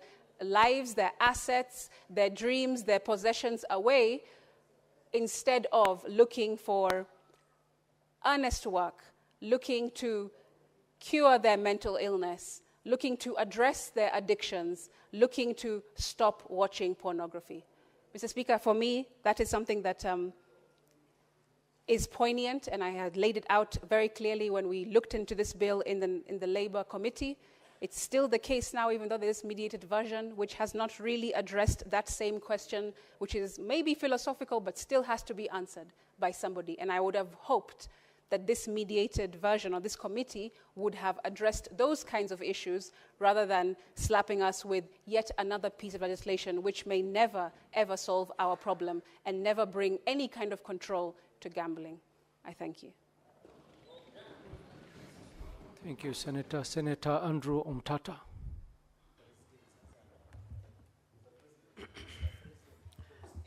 I'll be very brief and presidential.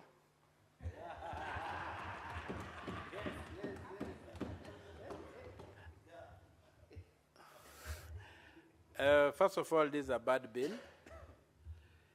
It is tackling a very, very technical area without any scientific study having preceded it. And that is where the problem is. The root cause of gambling is a misconception that it's a shortcut, it is a shortcut to making wealth. There's a shortcut to creating wealth. And in a country like Kenya now, where there is to make a shilling has become very difficult, you can see the way that this thing has mushroomed across.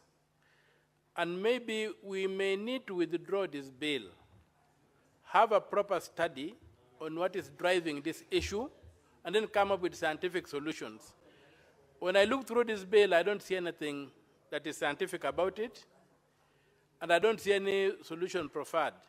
Yes, there's need for regulation, but by doing what? There's need for education, but by doing what? There's need for so many interventions, but by doing what? So I think, Mr. Speaker, this bill, though a good idea, but it's not being done well. And as a student of St. Thomas Aquinas, yes, my position is that if something is worth doing, it's worth doing well. This bill is badly done, though we need an intervention in the problems facing us with gambling, but this bill is not the solution.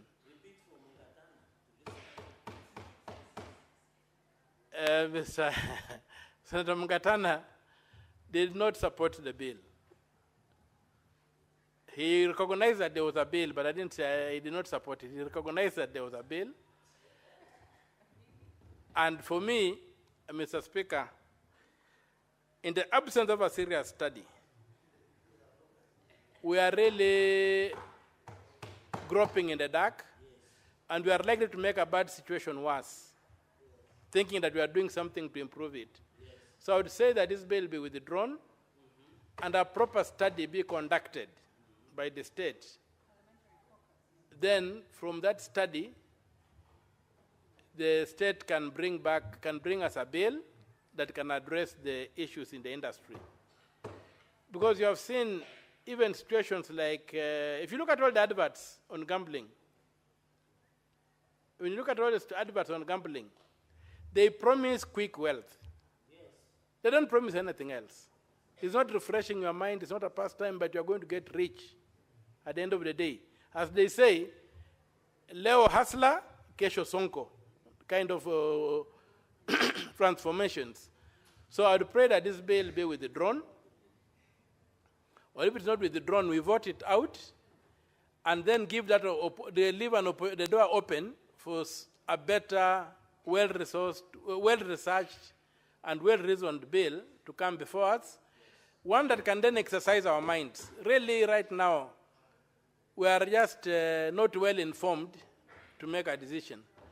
And with those few remarks, Mr. Speaker, sir, I personally reject the bill. Thank you.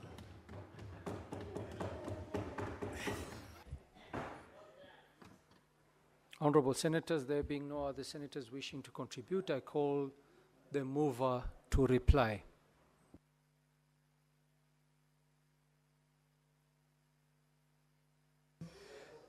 Thank you, Mr. Speaker.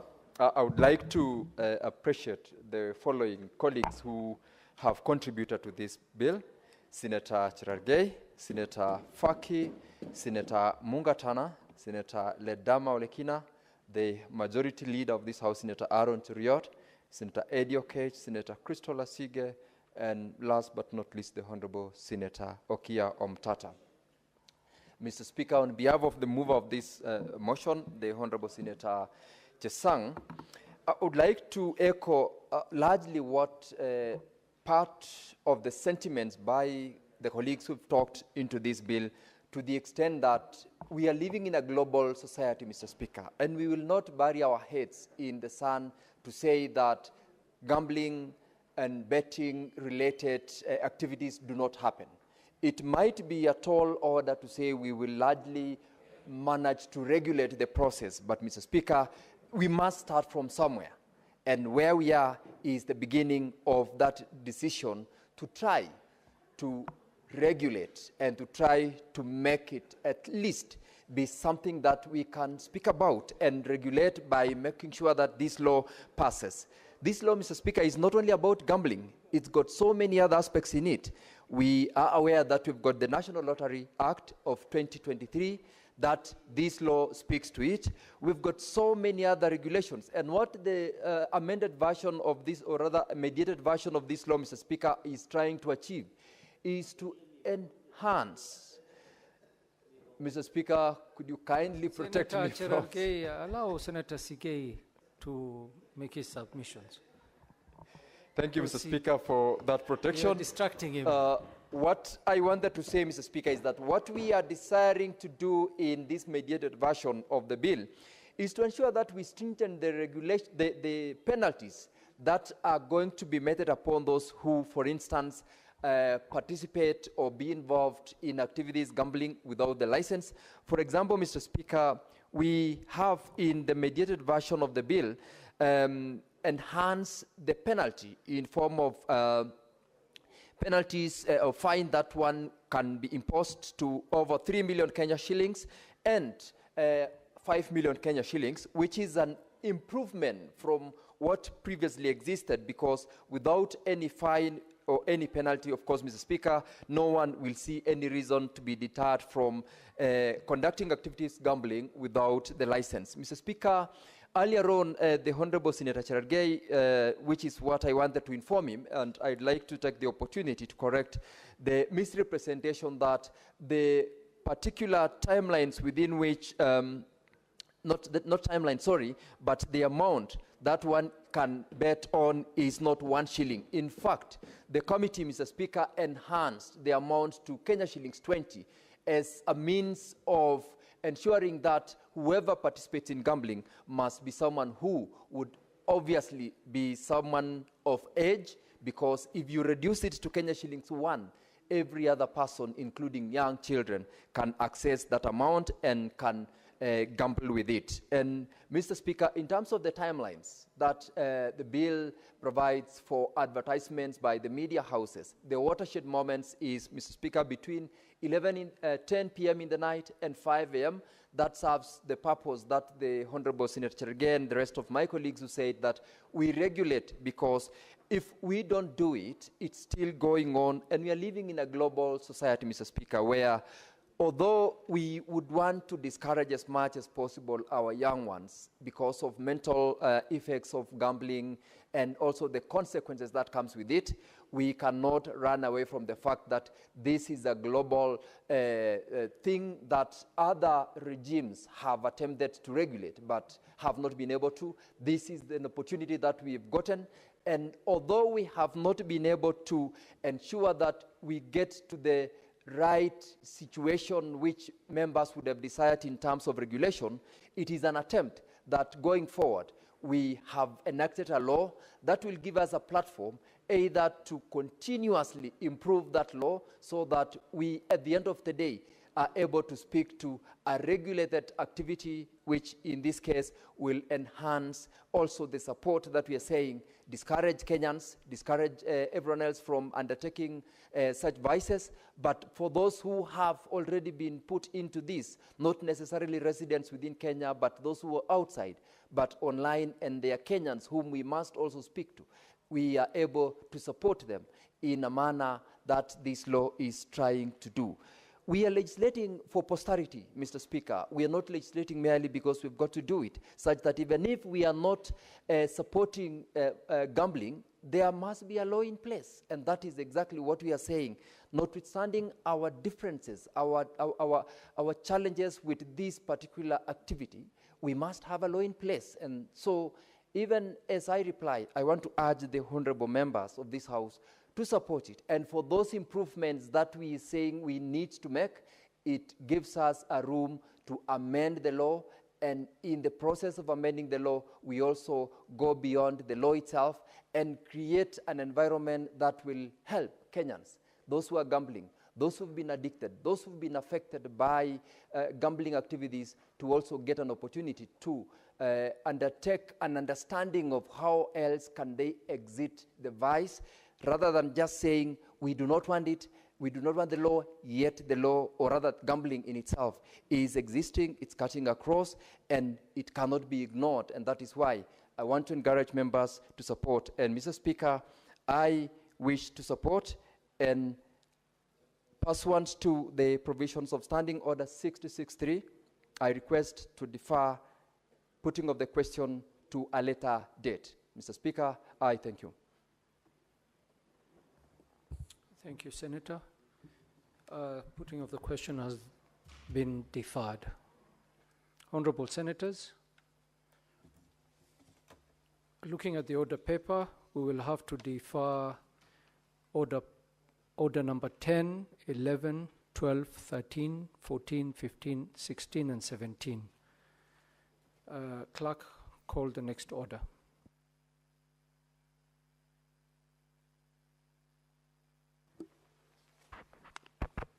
Order number 18, the county government's additional allocations. Number 2 bill, Senate Bills number 8 of 2025.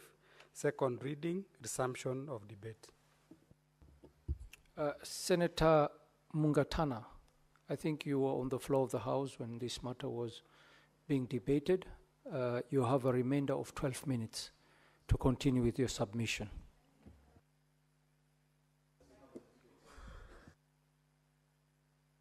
I think Senator Sige is saying something.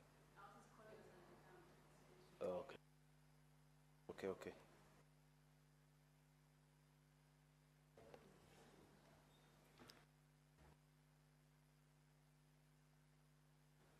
Thank you.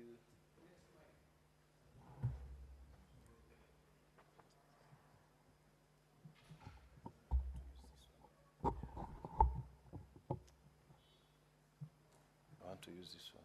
Can I be given this? Thank you, Mr. Speaker. Mr. Speaker, I was on my feet yesterday seconding the bill that had been moved by Honorable, our Chief Whip, Senator Mheshimiwa Boni Khalwale. And Mr. Speaker, I was at the point where I said this bill has 12 clauses. And the last clause talks about criminalization of financial misconduct. And this is criminalization of those officers who are told, Senate has given this schedule, and you are supposed to abide by this schedule so that the counties can get the money on time, and they don't do it, and they don't have any consequences. Mr. Speaker, I was saying, as I second this bill, that it is my hope and sincere hope that in this financial year that we are starting, when these violations are gross, then the responsible officers who delay the funding of counties, Mr. Speaker, who refuse to follow what the Senate has said as far as funding of county timeously is concerned, there will be criminal consequences for them as envisaged in this county government additional allocation bill that we are passing today. Mr. Speaker, those who are listening to me, they must know that in the Senate we provide three main ways in which we fund county government activities. The first one is the equitable fund, the equitable share that comes to them. The second one is the equalization fund that we have passed, and we were debating it here yesterday, and we're waiting to vote on it. And this is the third one, where we pass the county government's additional allocations that are supposed to go to the county government. Mr. Speaker, in these additional allocations, we have two main categories. The first is the unconditional additional allocation. And these ones, the funds that come from the unconditional additional allocations to the counties, they come from revenues that have been collected from the courts and the court fines. When any county passes its laws and there is a contravention of those laws, the counties are supposed to put fines on those people who contravene their laws so that they can generate wealth. This money is collected and is put together, and when we pass here, every county is given its share. So I needed to say this very quickly, that counties that have not developed their own version of city courts, because like here in Nairobi, we have what we call city court. In the city court, when you are found by the county askaris that you haven't paid your licenses and all that, they will take you and fine you there, and you pay so that the county government then creates a source of fund. I'm saying this to all Kenyans and to all county governments. Please develop the court systems in your counties, because there are counties that are not supporting the collection of these revenues. And as a result, Mr. Speaker, you will find very little money coming as collection back to the county revenue fund. Mr. Speaker, the other issue that is under this, that is the unconditional allocation of funds from this bill. This one comes from the 20% revenues of the royalties that have been collected across the country. Mr. Speaker, we want, and I want to use this opportunity to request that all the counties that have minerals and other resources that come from the ground, which can be mined, we are asking the minister in charge of this, the Honorable Hassan Ali Joho, to do what he can within his powers to make sure that these resources are developed. And I'm saying this, Mr. Speaker, because in Tana River County, for example, when the minister took over, he said that the gypsum mining